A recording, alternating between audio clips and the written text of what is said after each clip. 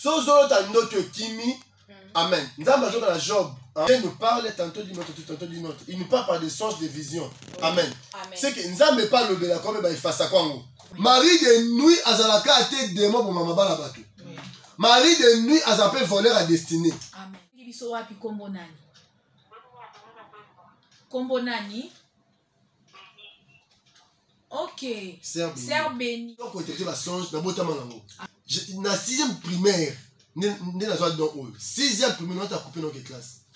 Ba papa le pango soki a loti mabe, ba obenga maman na biso, maman Adrienne, maman pas ça. Ma mère à moi ceux qui a loti mabe fois la musangai n'interpréter ma songe. Et toi nous avons passé un ministère grâce à un décollé. Si Azemi a loti Marie de nuit, et zando toi ma bé, c'est que Marie de nuit ayo yibe moi na wana. Amen. Donc Marie de nuit azando voleur, écoute une campagne totée Marie de nuit jour moko. Amen. Pendant les 7 jours. Parce que Marie de nuit aza un kid na siki. Oui, papa. Depuis Kasangulu, pasteur Olivier Temete Mazo Kayo, problème na weza nini olobi. Lota batu ba Orlando Mbango. Oui. Eza la des songes. Papa obengi biso wapi kombo nani? Oui, depuis Maluku, pasteur Olivier Temete Mazo Kayo. Ya mususu azana bana mbule zo bete na bango. Omona mususu pe même na kati église ba yo yi ba ye. C'est ça, hein? Oui. Alors, la église dans d'autres. Il faut abonner la mine.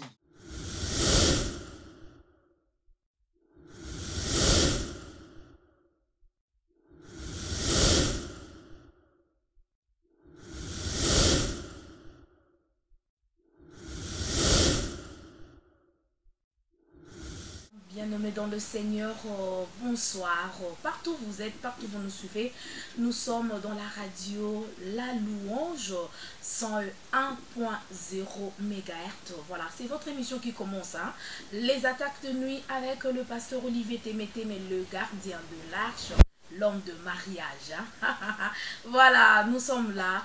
Nous sommes l'église Rehoboth, centre d'intercession Rehoboth, qui se situe dans la commune de Lemba, sur l'avenue Samlik numéro 40. Voilà, moi je suis Madame Betty, hein? Betty Massengou, la journaliste internationale. Je suis là. Aujourd'hui, je reçois l'homme de Dieu, le pasteur Olivier. C'est une émission un peu spéciale hein, pour vous. Les amis de l'émission Les Attaques de Nuit, hein, donc bien aimés dans le Seigneur, partout vous êtes, une émission chaque mardi à partir de 20h35. Vous avez déjà dans la radio Nabino afin que vous bénéficiez de l'onction à Moussa Nazan de le pasteur Olivier Temete. Vous le savez très bien que l'église Rehoboth organise une grande campagne, la délivrance de la maison de mon père, 10e édition. Alors, thème Oezali, la 10e édition, qui a volé ma destinée? Nani aibi lobinangai? Who stole my destiny? Donc on est en anglais, hein. Nani aibi lobinangai? L'homme de Dieu, le pasteur Olivier Temete, a mieux placé dans la question de retourner. Alors yo pozola nabiso partout aux ali, bandeko ba chauffeur na mituka, bandeko bozana bandaku, bozana ba chambre, bozana ba salon na bino, boza partout en tout cas. Le numéro est ça, tozana numéro moko oborobenga, ozana question, ozana préoccupation moko, tozana requête, yako pesa na l'homme de Dieu.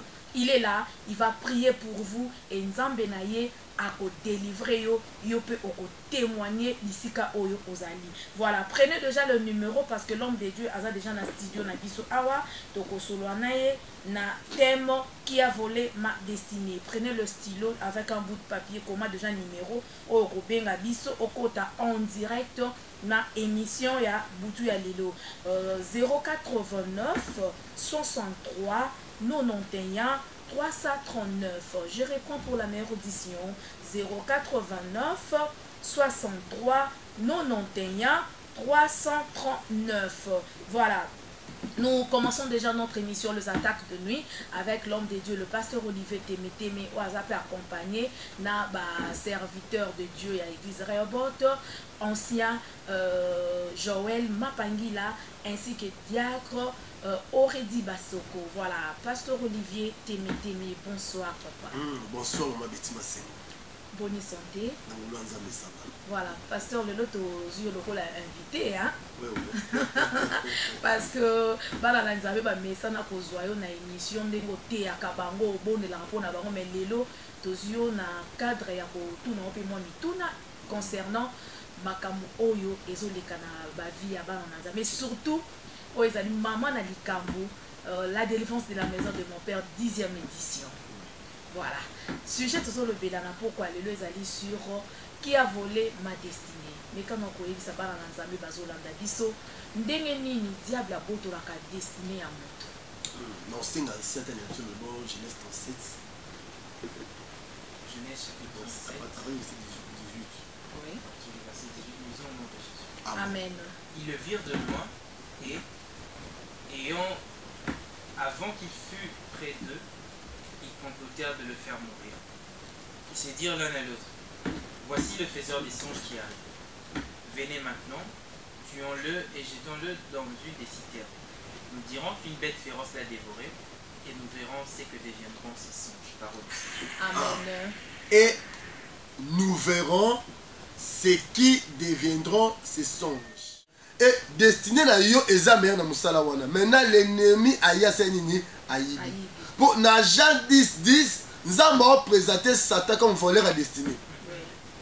Amen. Amen. Alléluia. Amen. Alors, je connais un médecin par maman. Oui. Licencié dans la médecine à Yekini. Na rompenga bazotambola bayibi sac pour ba outil na nyos. Thermomètre, tensiomètre, bilo nyos bayibi yango na ndoto. Alandi azupe mutangote. Ba matricule bimé ba nyos basisa na bango bandakala. Mais ya yeti lelo et bimaki. Au moins Nzamba sali que papa on a passé à Kinshasa on a mis avant la passe. A foutu azupe diplôme. Mais destiné ne ba senini bayibi. Et bah si c'est un songe. Oye na arrêt, amen. Oye neti kozwa transport. Hein? Ndemona uso ba na poto. Ok na arrêt à métro, to oye kozi la transport. Transport et kei etikio. Ba yibo destiné. Allô, ndemo za singa. Allô. Allô, bonsoir. Obengi biso wapi kombo nani? Ok maman, toujours kayo, pasteur Olivier Aza.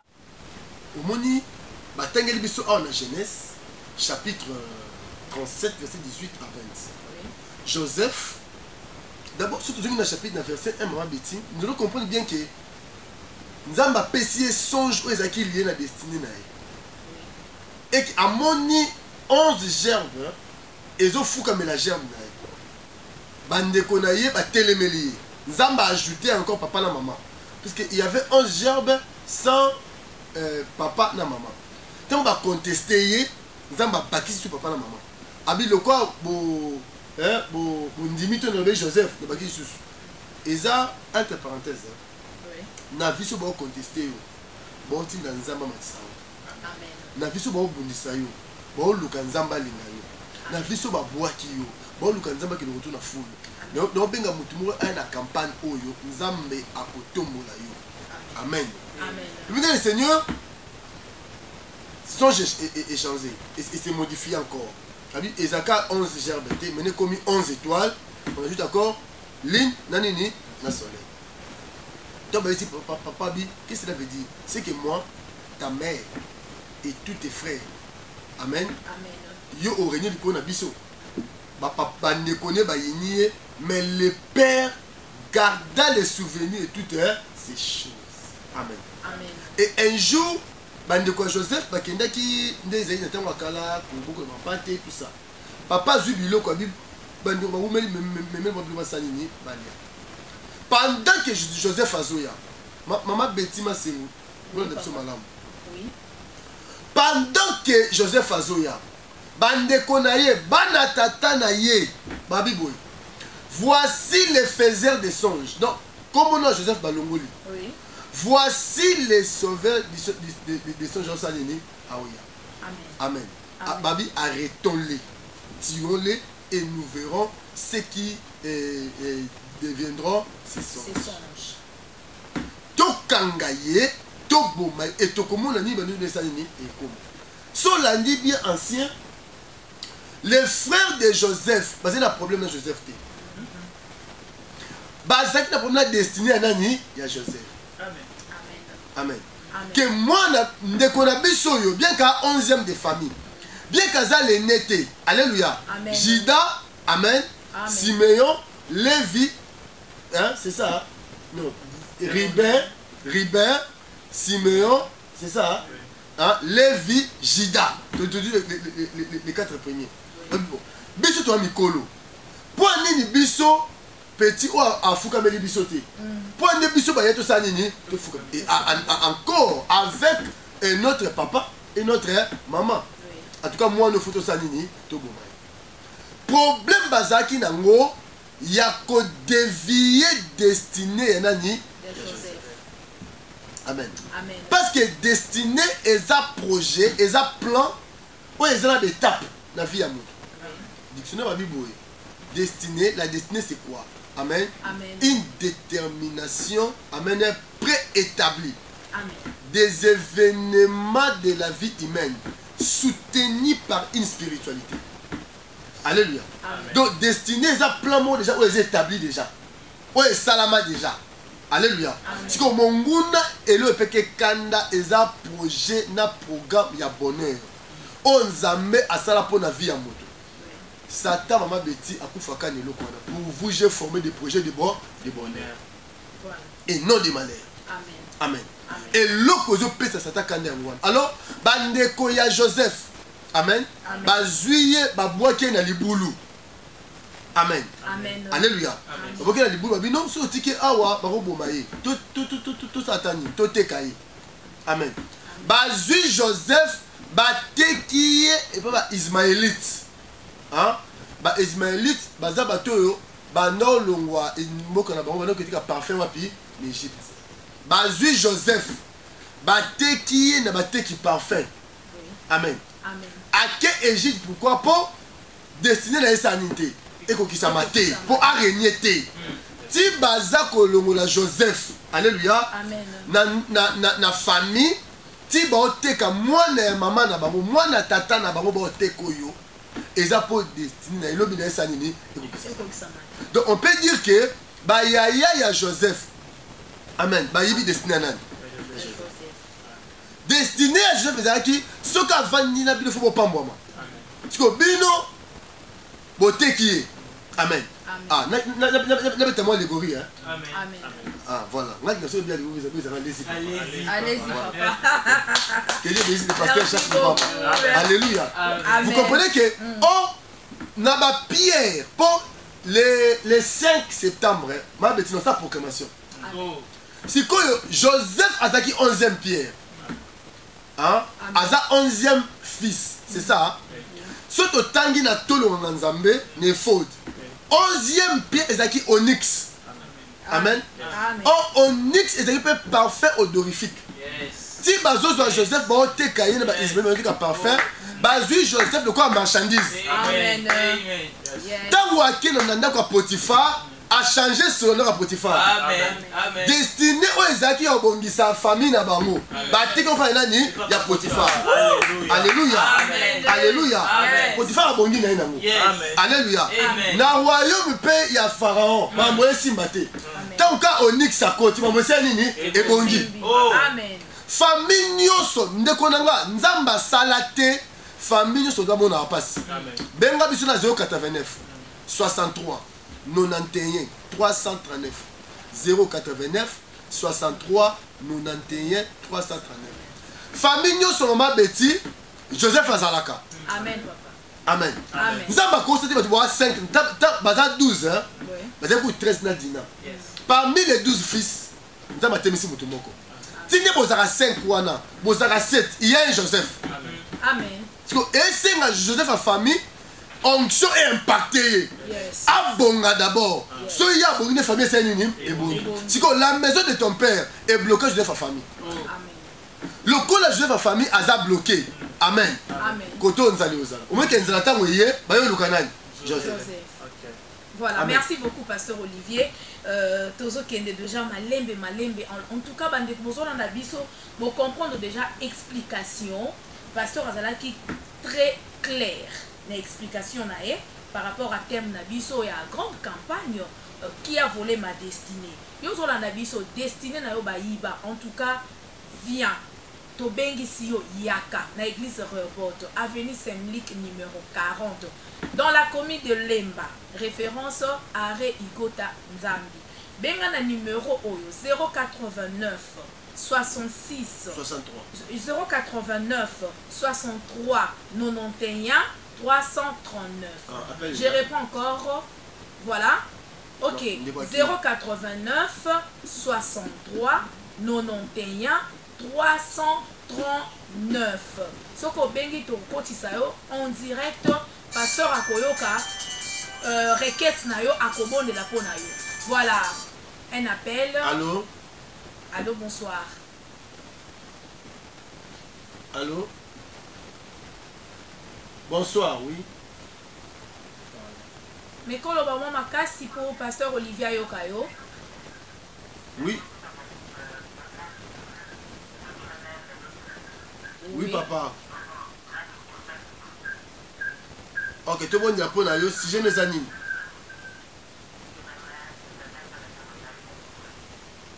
Ok. Kombonani d'abord, papa.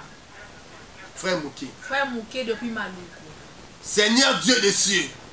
Au lokota Joseph na libulu. A comment marchandise boy. Yes. Au longola boy mutu pamba. Yes. Au commissaire premier ministre. Amen.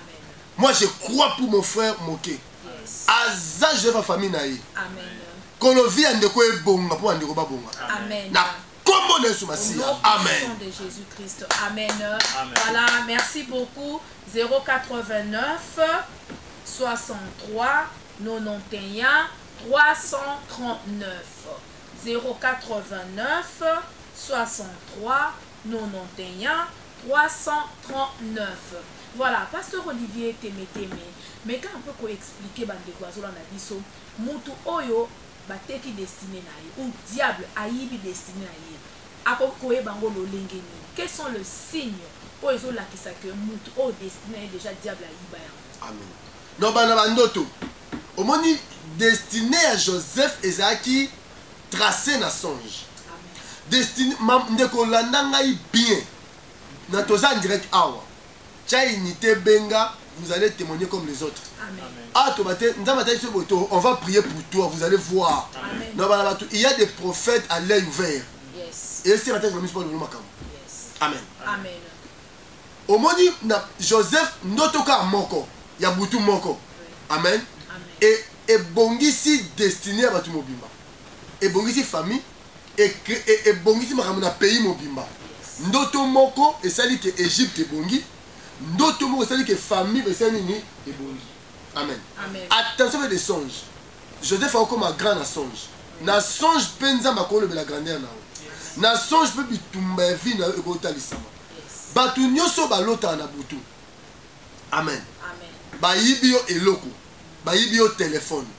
C'est que monguna amoni ke na destiné na yo. Au bonga na nzela ba relation. Amen. C'est pourquoi ba yibio téléphone, c'est que téléphone na aux maboko ezaka étiquette.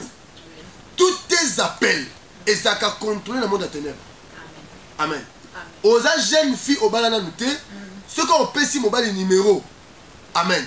Abania robenga yo bando ki famille ba osani ba oyoka parce que na butu déjà ba yiba ki onini téléphone. Amen. Mutu ayibio téléphone ayibio destiné. Amen. To petit sur exemple ezwa mutu asalaka.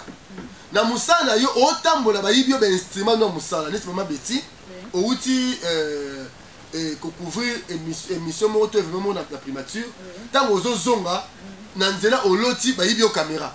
Amen. Amen. Soki ba yibio caméra yeba musala na journaliste ba sani ba kena.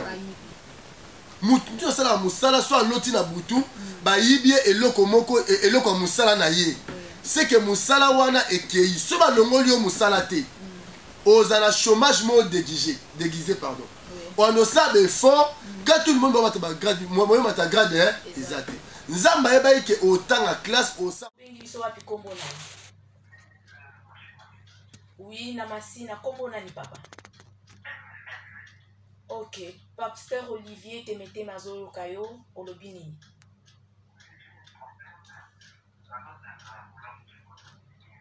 Mekolo mama makasi olobi olotaka nini? Ndoto kimi. Bon, sozo ta ndoto kimi. Amen. Nzamba azoka na Job, hein? Et la Job comme 33, hein? Job 33 14. Dieu nous parle tantôt d'une autre, tantôt d'une autre. Il nous parle par des songes, des visions. Amen. C'est que Nzamba n'est pas le bela comme il fasse à quoi. Voilà. Amen. Oui, bonsoir Zani. Allô, bonsoir. Oui, bonsoir. Bonsoir. Robengi biso wapi kombo nani?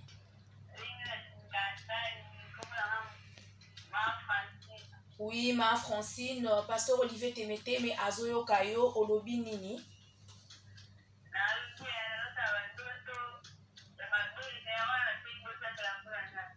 Ok. Seigneur Dieu des saints agit puissamment. Bandoto ya attaque de nuit. Batuba olando mbango. To arrêta ngona kombo na Yesu. Au nom puissant de Jésus-Christ. Olonga na butu, olonga pe na moi. Amen. Au nom de Jésus-Christ. Amen. Amen. Merci beaucoup. Voilà. 089 63 91 339. 089 63 91 339. Voilà, évoluons l'homme de Dieu. Oui, maman. Ce qui appelle les Toroko Tissabango pour la bande de Kobazo en Abisso. Voilà, allô, bonsoir. Oui, au Bengi Bisso Wapi Kombo Nani. Oui, papa. Pasteur Olivier Azo Kayo.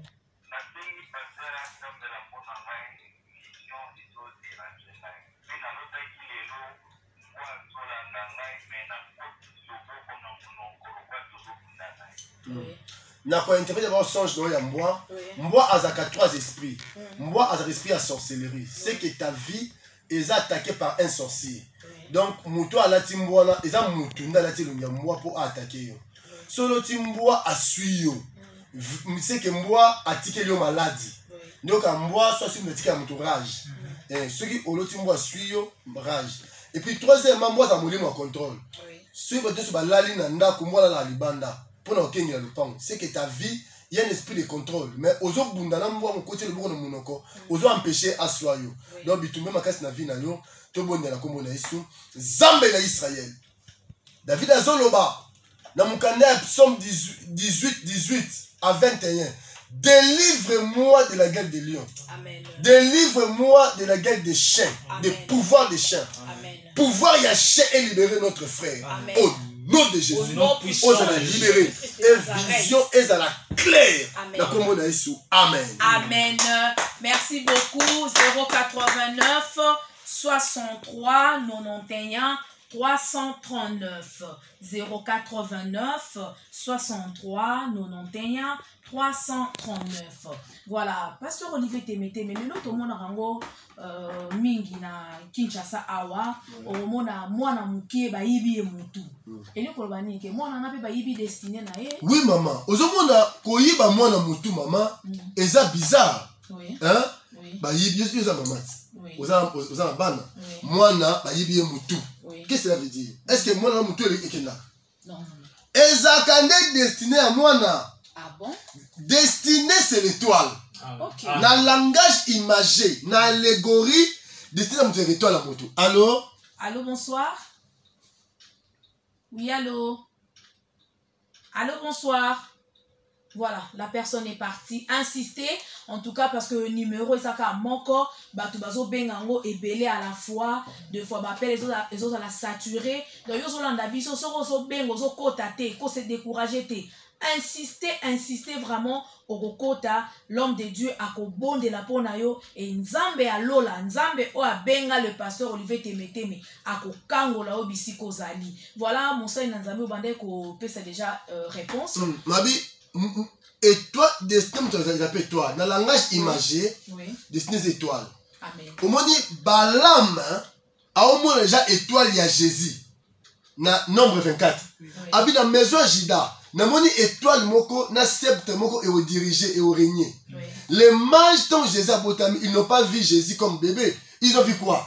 Son étoile. Amen. Sa destinée. Yes. Il sera une étoile qui dirige. Et Bamoni étoile et diriger Bamoni. C'était déjà la royauté. Amen. Amen. Donc au moins que moi, nous sommes et ça moi nous étoile. Observe bien. Moi nous étoile dans la vie. Makasi maladie de amona moko nzamba pesa étoile makasi. Amen. Yango bondoki eyibi yango. Nous mutu amona ba yibi.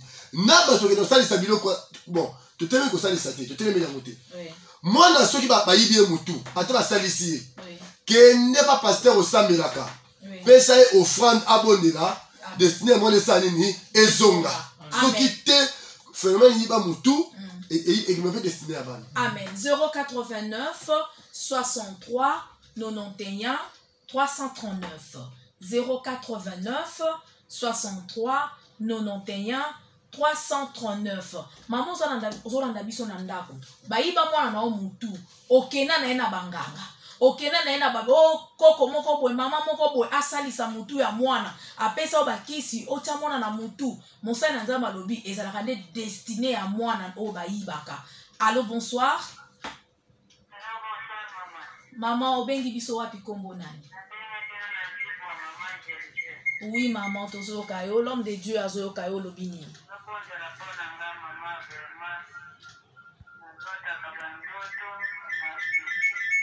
Oui. Maman pour ça na musique à radio na yo, soit on met un peu ko diminuer volume à radio parce que pasteur azo kayo bien té. OK. Olobi maman. Ma mari de nuit, oui. Oui. Rappelez combo maman. Combo nani, pasteur Abon de la Pono. Maman? Geneviève. Geneviève. Ok. L'homme de Dieu, le pasteur Olivier Abon de la Pono. Et puis, maman, mari de nuit, nyoso o balotaka. Azaka volé ya destiné. Amen. Dans l'allégorie, hein, je donne des images. Amen. Au moni, Joseph a une à Potiphar. Hein? Moi, si y a Potiphar, il y a Bimana Nani, na Joseph. Oui. Amen. Amen. Ton obatu na allégorie, na image, hein? Moi, si y a Potiphar, azaka type. Ton image, il y a femme de nuit. Oui. Oh, aligné sur couché na Joseph, aïbeni. Étoile. Parce que Joseph azaka étoile. Moutounio solo ta mari de nuit na boutou. Amen. Amen. Mari de nuit azalaka ate démon pour mama bala batou. Mari de nuit azapé voleur à destinée. Amen. Akoyi ba yo voyage. Akoyi ba son paka. Oui, s'il vous plaît, un appel. Oui, allô, bonsoir. Oui, obengi biso wapi kombo nani? Kombo nani? OK. Sœur Béni. OK, pasteur Olivier azoyo kayo lobi nini?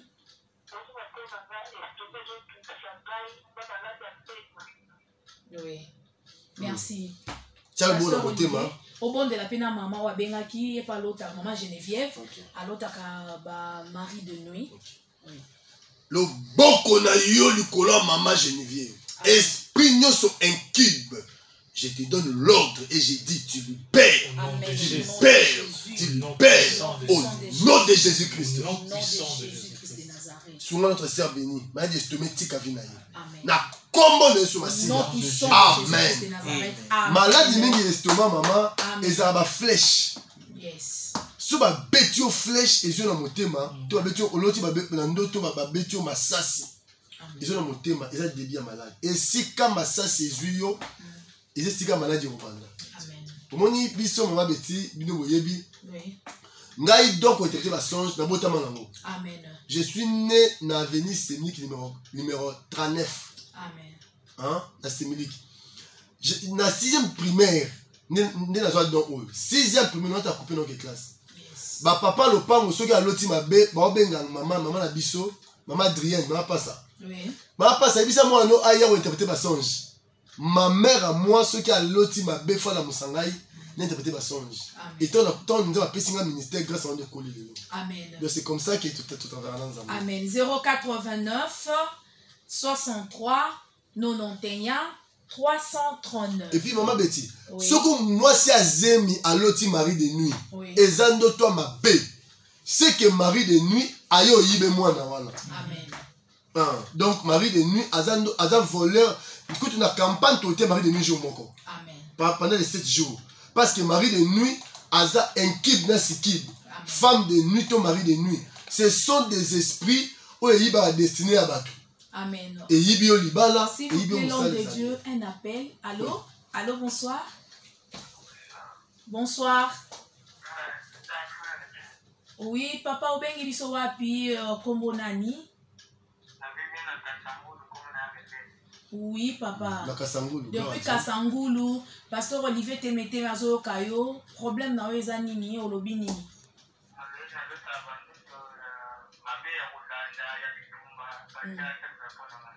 Oui. Sozolota batu ba Orlando Mbango. Oui. Eza na deux songes. Intervention liboso eza nza ekoza nza mapamboli yo. Apesi lo mwa motuya ba Orlando po sanini ba botola. Ekoza la pe. Tata botayo. Tu mama botayo azali lo moto likamona moto. Hein?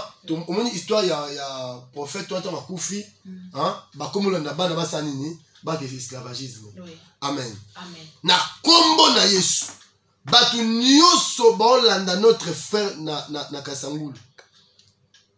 Nzamba ralentir ba pana bango. Amen. Que Dieu arrête la pression de tes adversaires. Au nom de Jésus-Christ. Nzamba lola kita. Asalo bolamu. Nzamba sekisayo. Papiso victoire butu na moi. Na kombo na Yesu. Amen. Amen. Bien-aimé dans le Seigneur. Un rendez-vous à ne pas manquer. Un rendez-vous à ne pas rater. C'est 30 août jusqu'au 5 septembre. Donc du 30 au 5 septembre à l'église Rehoboth, avenue Semlik numéro 40 dans la commune de Lemba. Venez très nombreux parce que Jésus-Christ sera au rendez-vous. Donc toya komona ba surnaturel parce que ebele bozolanda biso bozana ba destiné moko oyo et c'est que c'est la meilleure mais diable aïba ozomona rien ne marche musa les osimbate liba les osimbate voyage les osimbate bana kotoyo makamama lungate yaka to bengi siyo yaka na komeka nzambe ya pasteur Olivier Temete monga na lobaka si ton Dieu est mort et c'est le mien. Le mien, c'est les dieux tout-puissants, les dieux de l'homme de Dieu, le pasteur Olivier Temete. Yaka omekaye, yo pe o témoigner. O monabi kamu isi anzambe a bon moi. L'homme de Dieu, le pasteur Olivier Tozanayo, bande kubazo na biso numéro ezali 089 63 91 339 089 63 91 339. Obengi Monseigneur Nanzambe akobonde la pona yo. Monseigneur Nanzambe lobi très bien que les lots tozomona mingi batu bazo yiba ba destiné na bango par rapport à partir pe ya bandoto. Oui. Mon moto déjà destiné ba yiba. Arosa asondengeni pour azonge la destinée na ye. Merci beaucoup. Moto ba yiba destiné na ye. Oui. Nzambe aozongisa. Amen. Maman petit, ozomona mama oyo alaleli bana na ye. Non, basa ndima mibale. Oui. Moko azu mwana alaleli. Hein? Oui. Mususu à protéger ya ye. Mais la nuit, tout le monde. Voilà, un appel. Allô, bonsoir. Oui, papa obengi biso wapi kombo nani? Oui, depuis Maluku. Pasteur Olivier Temete mazoyo kayo, mais quand on peut pousser moi musique à radio na yo. Olobi nini papa? Kombo nani? Oui, papa Bobo, olobi nini?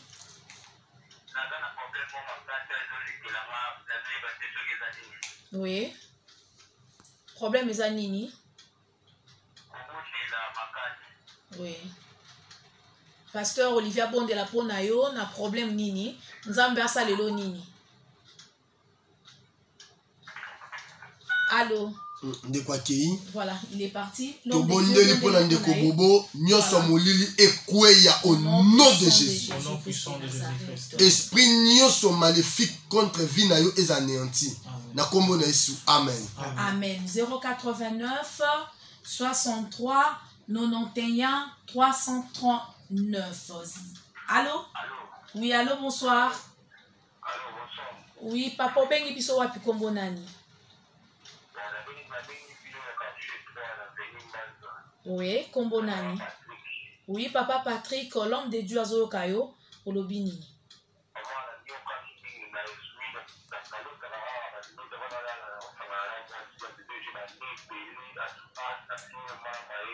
Oui. Oui.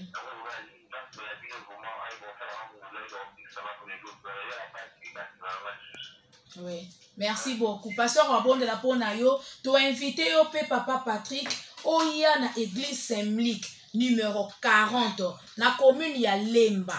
Référence ezakaka are ikota nzambi. Soko kiti wana okena kiti mwa muke église de Way avenue wana eza avenue Saint-Mlik numéro 40. Lundi au déjà campagne ezo banda. Papa yaka o témoigner pe nzambe. Pasteur Olivier Robonde la pona yo yaka pe mosana nzambe alandelo na ba prière et kozala bonne chose. Voilà, merci. Allô, bonsoir. Allô. Voilà, la personne est partie, l'homme de Dieu, au bon de la pona papa Patrick.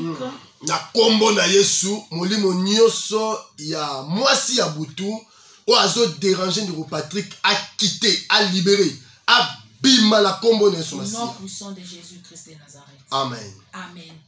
Allô, bonsoir. Allô. Oui, bonsoir maman, obengi biso wapi kombo nani?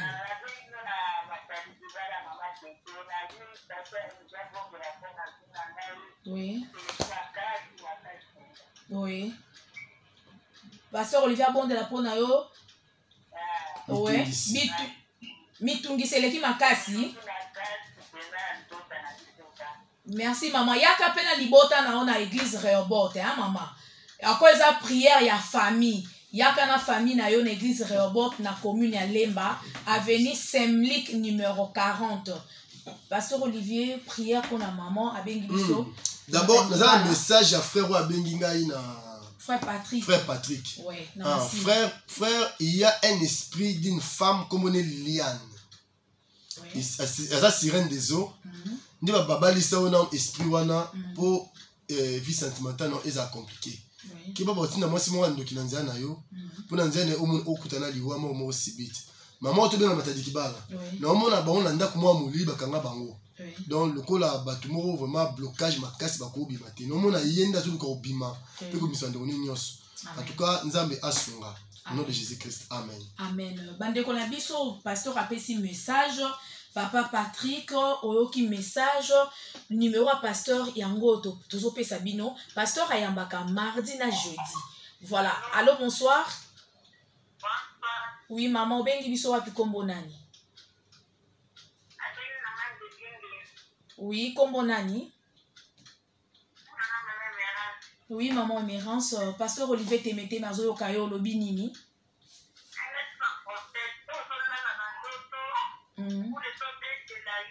Oui.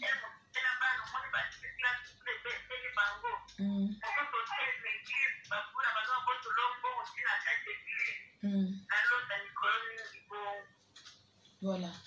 Pasteur Olivier, on interprété ndoto nae. alotanga mingi ya mususu azana bana mbule zobete la bango omona ya mususu pe même na kati église ba yo yiba ye c'est ça hein? Oui. Ala la kati église dans ndoto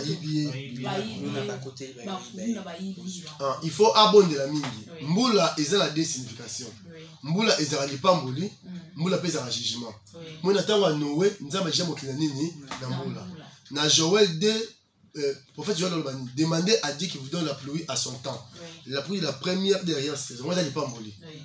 La pluie du printemps, ils n'allaient pas mourir. Mais mboula est délige, ils ont malédiction. Parce que c'est une mais mboula où il y a zolota, on les a mboula pas mourir. Et surtout dans la église, la carte église, baye ko yiba. Et ça, mon no luka ba problème moi ma casse comme laye et le monde a pris sans Zambie. Il faut bon dire. Et puis nous avons dit c'est maman vie na yo ezali maloma mabe, non mauvais sort. Le meilleur m'a bien mis dans la vie. Ceux qui nous ont en le tu sais mangé il peut te kitaki. Ça fait combien de jours? 5 jours. Tu sais mangé te kitaki. Ce que Kiti, le numéro bengi okuta ina biso to solola to sunga yo. Mais na vie no maman la destinée na yo ozana eloko nzambe makasi. Amen. Nzambe ko bisanga vraiment no mono osimbi fait ya Olivier moko ya munene et nous mona mwinda ko pernacer. Donc nzambe a cha grâce makasi kati no ba no besoin depuis moment na yo. Mais ko la tena Kiti a selo bola na kombo na Yesu. Amen. Allô, bonsoir. Oui, papa Tozo Kayo, l'homme de Dieu Azo Kayo Lobinini.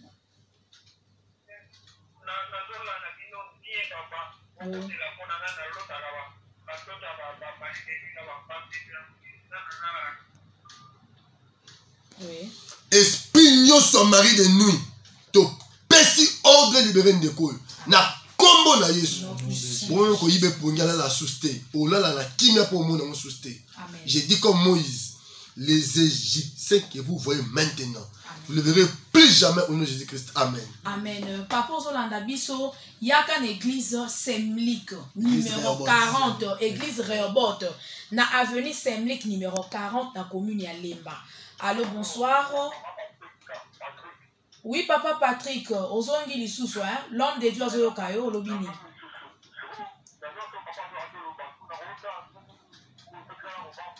Te kobanga te nzambe azala bomoi. Amen. Nzambe papa wa mutu étoile makasi. Amen.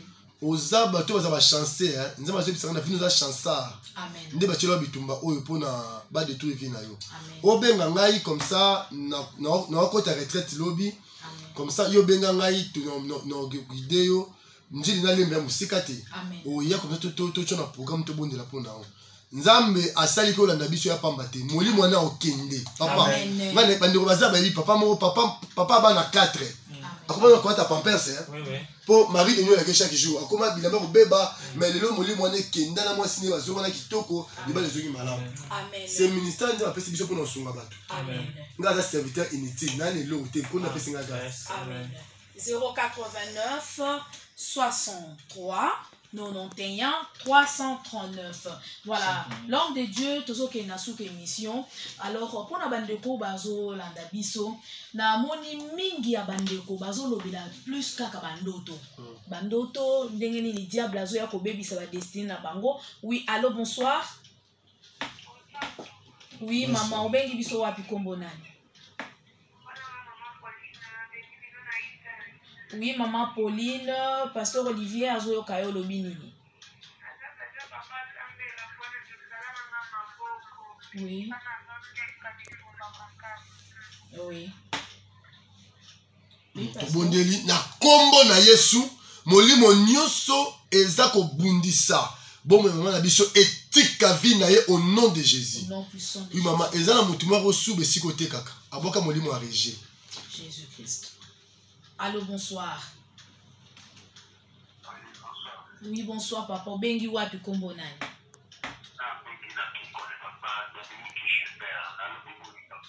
Oui.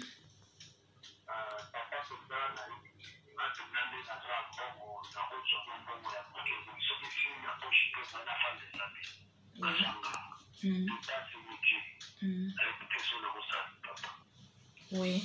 Oui, papa, quand on est ici, on a pendant le cas de délivrance. Amen. Mbongo na yo, eza contrôler le monde des ténèbres. Amen. Donc, il faut prendre le bon de la mingi, puisque monguna a un tambour no makasi. Papa, il y a une église. Il y a l'église, la campagne. La campagne, pasteur Olivier n'a fin à Royambayo, à Robon de la Ponayo. Allô, bonsoir.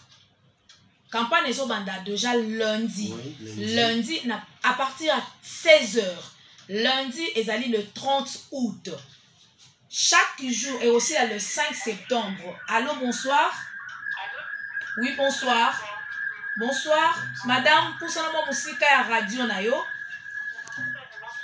Kombo nani? Oui, Victoria, obengi biso na commune nini? Oui, pasteur Olivier Temete Mazo Kayo. Pour ça, la musique à l'issue à radio, toujours combien te?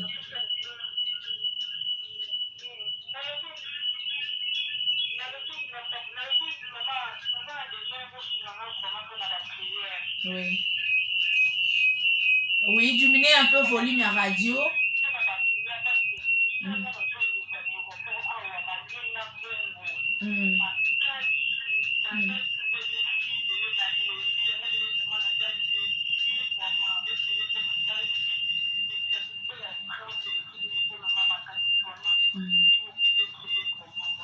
Merci beaucoup. Pasteur Olivier Temete, mais abonde la. Au nom de Jésus.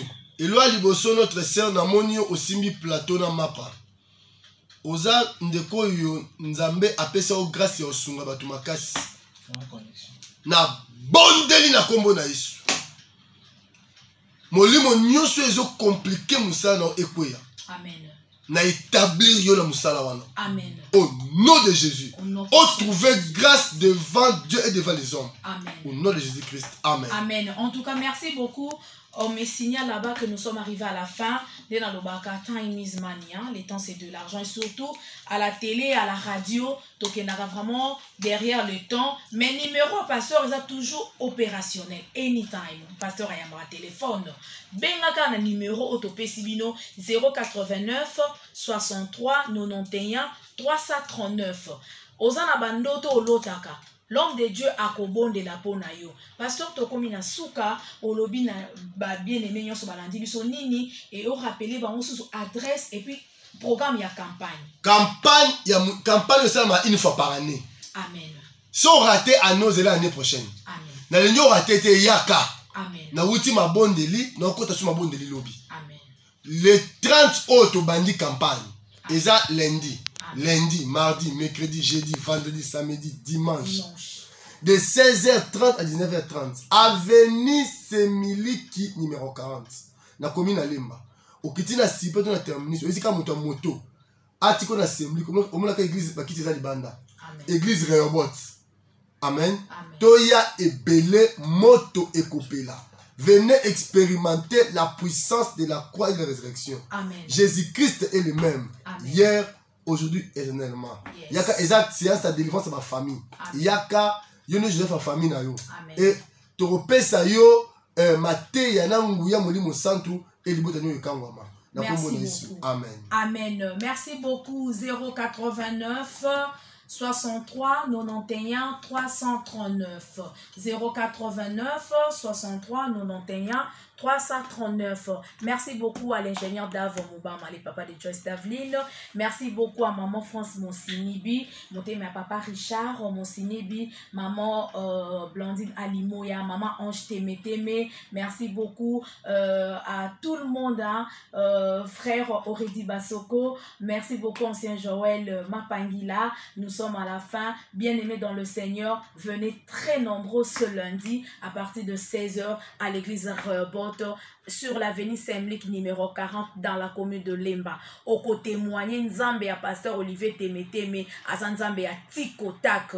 Ozana ba problème ezo tungisa yo, Moussa les o marchete, Liba les o marchete, Kobo ezo simbate, Ote kakame ozwa ke loko mon côté, Yaka, Nzambe wana akokangula yo. Destiné na yo diable ayiba. Akozongisa yango. Merci beaucoup et on se retrouve à la prochaine. Que Dieu vous bénisse. Au revoir.